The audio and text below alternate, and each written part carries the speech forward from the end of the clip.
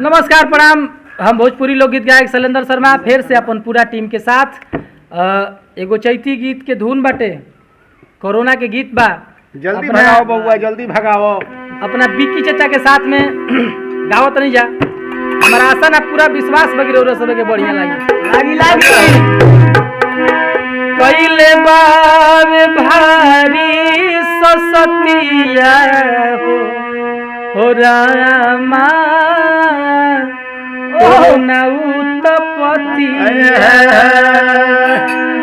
बबुआ कैले बार भारी ससतिया हो रामा कोरोना उत्पतिया कैले बार भारी ससतिया हो रामा कोरोना उत्पतिया कैले बार भारी ससतिया हो रामा कोरोना उत्पतिया कैले बार भारी ससतिया हो रामा कोरोना उत्पतिया कोरोना उत्पतिया कोरोना उत्पतिया कोरोना उत्पतिया कोरोना उत्पतिया ले बभारी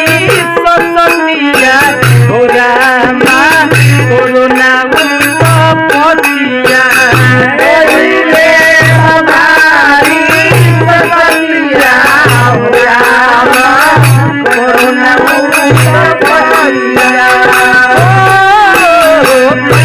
ले बभारी ससतिया हो रामा कोरोना उत्पतिया ले बभारी ससतिया